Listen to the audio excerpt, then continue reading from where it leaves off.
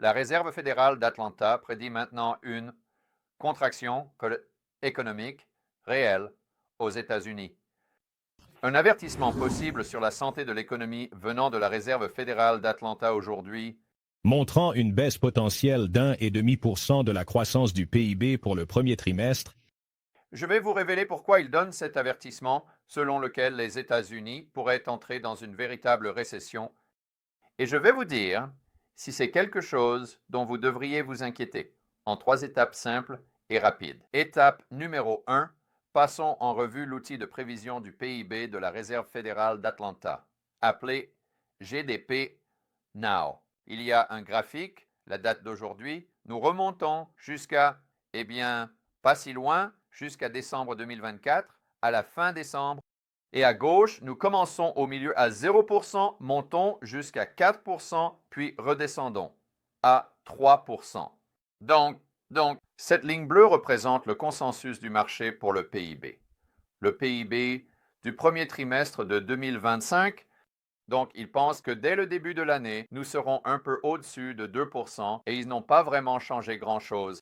Où la Réserve fédérale d'Atlanta se positionne à la fin janvier, prédisant, n'est-ce pas, environ 3,5%, ça monte.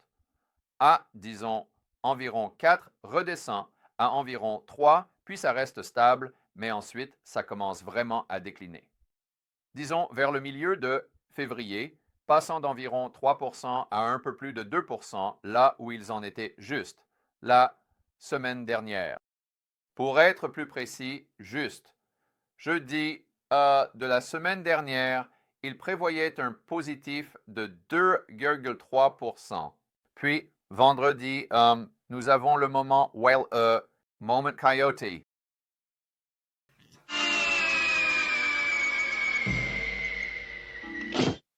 Dans l'outil de prévision du PIB de la Réserve fédérale d'Atlanta, où nous passons de 2,3% jusqu'à un négatif de 1,5%. Oh, mais attendez, il y a encore plus. Le tout premier jour ouvrable suivant, après l'avoir abaissé à 1,5%, ils l'ont encore baissé à un négatif de 2,8%. Et au moment où vous regardez cette vidéo, qui sait, ça pourrait être à 10% au rythme où nous allons en ce moment. Donc, la prochaine question que nous devons poser est à quel point cela a-t-il été précis dans le passé, éditeur? Vas-y et affiche un graphique, s'il te plaît. Et nous pouvons voir que cette ligne bleue nous montre ce que l'outil de prévision de la Réserve fédérale d'Atlanta prédisait. Et puis, l'orange, la barre, représente les États-Unis réels, PIB. Vous pouvez voir qu'il y a juste quelques années, comment la ligne bleue a chuté rapidement et est même devenue négative. Et bien sûr, nous avons eu une contraction aux États-Unis, économie, mais j'aimerais souligner que notre point de départ, avant tout, était beaucoup plus élevé à l'époque. Et aujourd'hui, ils prédisent que le chiffre du PIB que nous verrons au premier trimestre de 2025 sera beaucoup plus négatif que ce qu'ils prédisaient à l'époque. La Réserve fédérale de New York et la Réserve fédérale de Dallas ont leurs propres outils de prévision. Maintenant, les données ne sont pas aussi récentes que celles de la Réserve fédérale d'Atlanta, mais nous devons prêter une attention très particulière à ce qu'ils disent. Et actuellement, New York est à 2,9% positif, Dallas à 2,4% positif. Donc, la Réserve fédérale d'Atlanta est définitivement l'exception en ce moment. Mais la prochaine question est pourquoi? Pourquoi diable Atlanta est-elle passée de 2,3 à 2,8 en si peu de temps? Étape numéro 2. Maintenant, entrons dans le vif du sujet sur pourquoi la Réserve fédérale d'Atlanta donne un avertissement aussi alarmant concernant l'économie des États-Unis, plus précisément la contraction du PIB. Donc, nous devons commencer par comprendre comment ce chiffre du PIB est calculé parce que ce n'est pas parfait, mais c'est un bon indicateur, ou du moins c'est une métrique que nous devons utiliser pour essayer de déterminer la santé sous-jacente de l'économie des États-Unis. Alors, éditeur, passons à un extrait d'Investopédia. C'est plus G plus I plus NX égale PIB, où C représente la consommation privée de la nation ou les dépenses des consommateurs. G est la somme des dépenses publiques. I est la somme des dépenses en capital des entreprises. Et NX représente les exportations nettes totales de la nation. Exportation moins importation. Donc, la dernière partie devrait vous donner un indice sur pourquoi la Réserve fédérale d'Atlanta est passée de 2,3% à 1,5%. Pour commencer, une grande partie de cela avait à voir avec le déficit commercial. Alors, regardons un graphique de la balance commerciale. Je l'appelle toujours le déficit commercial parce que c'est toujours un déficit. Mais en regardant ce tableau, nous pouvons voir que la dernière impression montre un déficit de 153 milliards. C'est le plus grand de tous les temps. Et la tendance est, évidemment, dans la mauvaise direction. Regardez janvier 2024, nous étions à 90 milliards.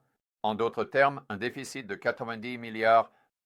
En novembre 2024, nous étions à 104. Décembre 2024, 122. Et puis, cette chute récente de 122 à 153 en seulement un mois. Pensez à ça. Le déficit commercial de biens a augmenté de 30 milliards de dollars en seulement un mois. Donc, si la mesure du PIB, qui essaie de nous dire combien de biens et de services sont produits aux États-Unis, se résume simplement aux dépenses du secteur privé, aux dépenses gouvernementales et disons à l'investissement ainsi qu'au déficit ou à l'excédent commercial, lorsque le déficit commercial chute à ce point, cela va avoir un impact négatif sur l'outil de prévision de la Réserve fédérale d'Atlanta. Donc, cela explique la plupart de ce que nous avons vu dans cette première chute, mais cela n'explique pas pourquoi. Ils sont passés de 1,5% et le tout prochain jour ouvrable, ils ont ajusté à 2,8%. Alors, allons sur le site de la Réserve fédérale d'Atlanta et voyons leur raisonnement. Donc, ils disent d'après la publication de ce matin de l'US, Bureau du recensement et l'Institut de gestion des approvisionnements, le maintenant, et c'est un peu l'algorithme qu'ils utilisent pour le PIB maintenant. Au premier trimestre, la croissance des dépenses de consommation personnelle réelle et la croissance de l'investissement fixe privé réel sont tombées de 1,3% et 3,5% à 0% et 0,1% et 0,1%, ce qui est en gros 0% aussi. Donc, une énorme baisse de leur attente pour la consommation personnelle et pour l'investissement fixe privé. Eh bien, l'une des raisons pour lesquelles ils arrivent à cette conclusion, c'est à cause du rapport qui est sorti vendredi dernier du Bureau d'analyse économique.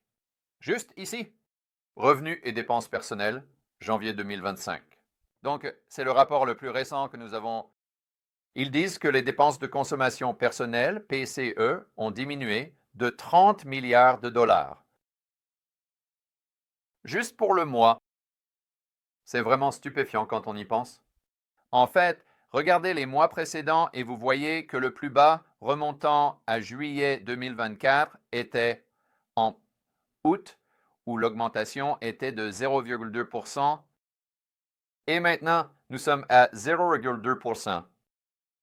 Ce qui est vraiment intéressant, c'est quand on examine une répartition pour comprendre pourquoi nous avons observé cette contraction nette des dépenses de consommation, donc les véhicules à moteur et les pièces étaient en baisse.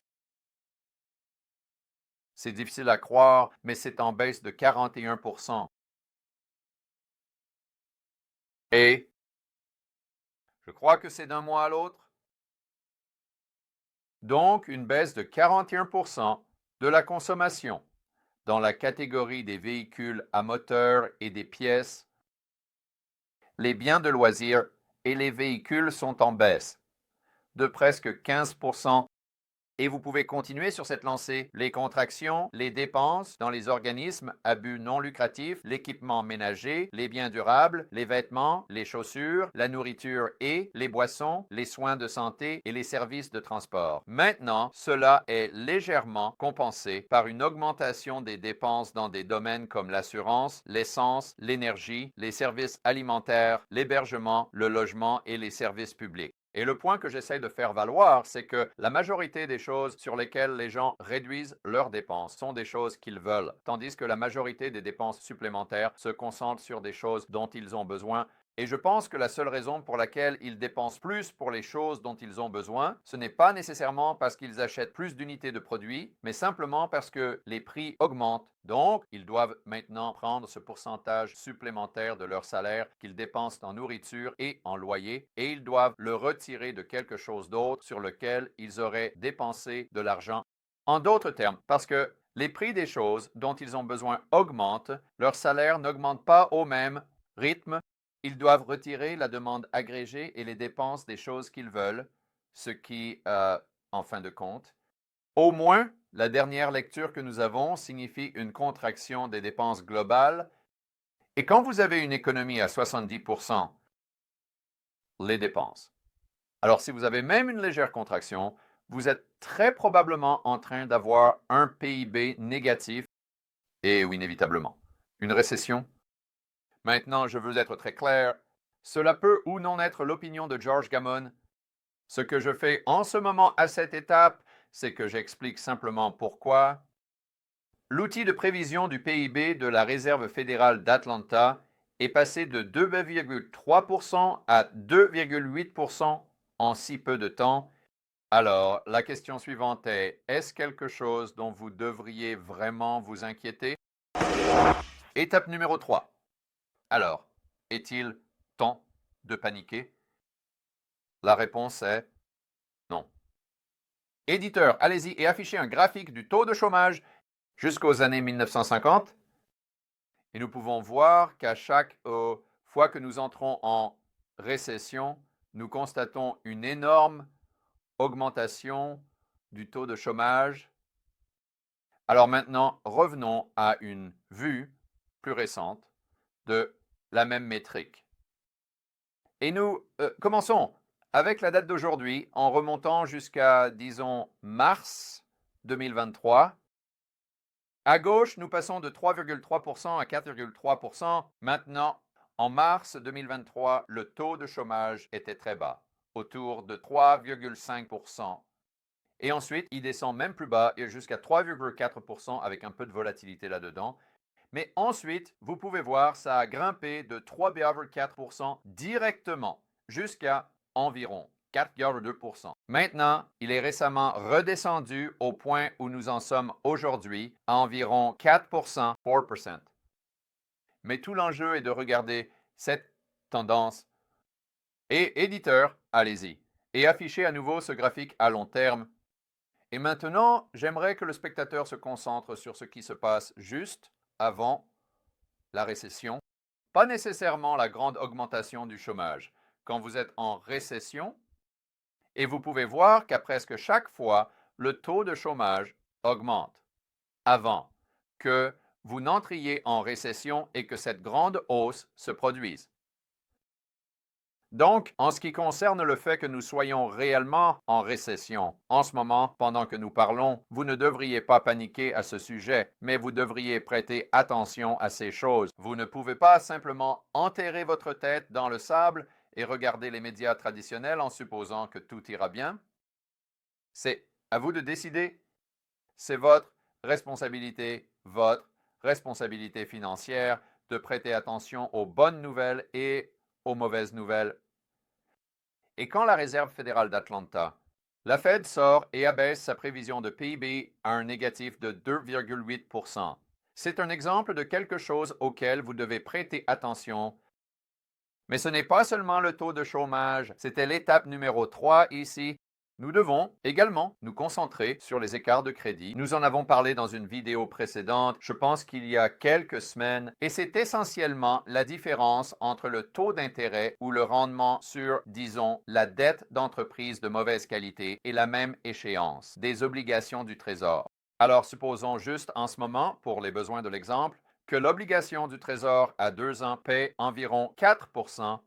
D'accord. Eh bien, une obligation d'entreprise à 2 ans, disons qu'elle paie 4,2%, donc un écart de 20 points de base.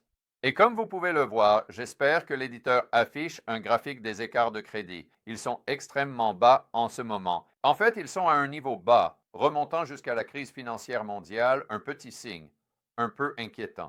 Donc, si les choses sont vraiment sur le point de mal tourner, le marché va généralement le percevoir en premier. Donc, en revenant à notre exemple, si les rendements des obligations d'entreprise passent de, disons, 4,2% à 4,5%, puis à 4,7%, et enfin à 5%, si nous voyons ces écarts de crédit s'élargir, c'est un signal d'alerte sur lequel vous devez vraiment vous concentrer pour comprendre le timing de la façon dont ces événements macroéconomiques se déroulent. Et rappelons-nous que la Réserve fédérale de New York et la Réserve fédérale de Dallas, elles sont toujours dans la zone positive. Pour revenir à l'étape numéro 1, je pense que la Réserve fédérale de New York est à 2,9 et celle de Dallas à 2,4. Donc, la Réserve fédérale d'Atlanta pourrait être l'exception ici. Nous allons devoir prêter une attention particulière à ce que leurs prévisions vont donner au cours des prochaines semaines lorsqu'ils mettront à jour leurs données. Une autre chose que vous pouvez faire, comme mes bons amis, les gars de l'immobilier, disaient toujours, c'est que les indices sont dans les nouvelles. Les indices sont dans les nouvelles, donc vous devez faire attention à certaines des choses économiques ou aux choses dans les nouvelles. Cela va très probablement affecter l'économie des États-Unis, comme le Doge. Oh, je suis un grand fan de ce qu'ils font, mais nous devons comprendre que si vous éliminez tous ces emplois à moyen et long terme, cela sera beaucoup plus bénéfique pour l'économie. Mais à court terme, cela aura un impact sur la demande agrégée si vous ne voyez pas le côté croissance de l'équation s'accélérer. Et si ce que dit la Réserve fédérale d'Atlanta est vrai, c'est que nous n'allons pas avoir de croissance du PIB, mais une contraction du PIB. Lorsque vous combinez cela avec ce qui se passe chez Doge, c'est un signe très inquiétant à court terme. Aussi, les tarifs. Je sais que c'est un sujet sensible, mais que vous les aimiez ou les détestiez, ou qu'ils soient juste utilisés comme une tactique de négociation ou réellement mis en œuvre, et dans quelle mesure ils vont être appliqués, ce sont tous des inconnus, auxquels nous devons prêter attention, parce qu'il y a cette possibilité qu'ils puissent mener à, ou du moins aggraver, une contraction économique. Et enfin, nous devons vraiment nous concentrer sur ce qui se passe avec la demande globale, parce qu'à la fin de la journée, c'est ce qui va probablement entraîner une forte augmentation du taux de chômage, nous indiquant que nous sommes probablement déjà en récession. Donc, encore une fois, les États-Unis, l'économie est composée à 70% de consommation. Donc, par exemple, supposons que le S&P 500 ou le Nasdaq continue de descendre parce qu'NVIDIA s'effondre. Eh bien, pour beaucoup de gens, la majorité de leur patrimoine net se trouve dans le marché boursier et c'est un grand composant psychologique. Parce que s'ils voient la valeur de leur portefeuille diminuer de, disons, 20% ou 30%, ils vont dépenser beaucoup moins d'argent et les dépenses d'un homme sont le revenu d'un autre. C'est la même chose avec les prix de l'immobilier. Je ne dis pas qu'ils vont baisser, mais s'ils devaient baisser, ce serait une boucle de rétroaction qui aurait un impact. La demande globale, et donc cela ferait probablement augmenter encore plus le taux de chômage. Donc, la principale conclusion de l'étape numéro 3 est que vous ne devriez vraiment pas perdre le sommeil à cause de cela. Le prévisionniste économique du PIB de la Réserve fédérale d'Atlanta prévoit une contraction du PIB, mais vous devez y prêter attention. Ce que j'utilise pour essayer de mieux chronométrer ces choses, le taux de chômage sur le marché du travail dans son ensemble, et ensuite du côté de l'économie financière en regardant les écarts de crédit. Et rappelons-nous, New York et Dallas sont toujours positifs. Donc, à la fin de la journée, il n'y a pas de certitude. Il n'y a que des probabilités. Et nous devons simplement prendre toutes les données, les bonnes et les mauvaises, et les inclure dans notre analyse globale. Salut les gars, je voudrais personnellement inviter chacun d'entre vous à assister au Rebelle Capitaliste, livre de cette année. C'est la conférence incroyable que j'organise chaque année. Cela vous aide à construire un portefeuille à toute épreuve. Cela vous aide à accroître votre liberté personnelle et votre autonomie, et cela vous aide aussi à augmenter la taille de votre réseau. En d'autres termes, vous aurez l'occasion de rencontrer beaucoup de personnes partageant les mêmes idées, des camarades capitalistes rebelles. C'est à Orlando du 23 au 25 mai. Parmi les intervenants passés, on a eu des personnes comme Robert Kiyosaki, Ron Paul, Peter Schiff, Mike Maloney, Lynn Alden, pour n'en nommer que quelques-uns. Alors, pour obtenir vos billets le plus rapidement possible et pour découvrir qui parle au Rebel Capitalist Live de cette année, vous pouvez consulter sur rebelcapitalistlive.com. Et juste une petite information en avant-première, si vous achetez vos billets plus tôt que tard, vous pouvez bénéficier d'une réduction car à mesure que nous nous rapprochons de l'événement, les prix des billets augmentent. Alors, n'attendez pas. Allez sur rebelcapitalistlive.com dès maintenant et procurez-vous vos billets et je vous verrai à Orlando du 23 au 25 mai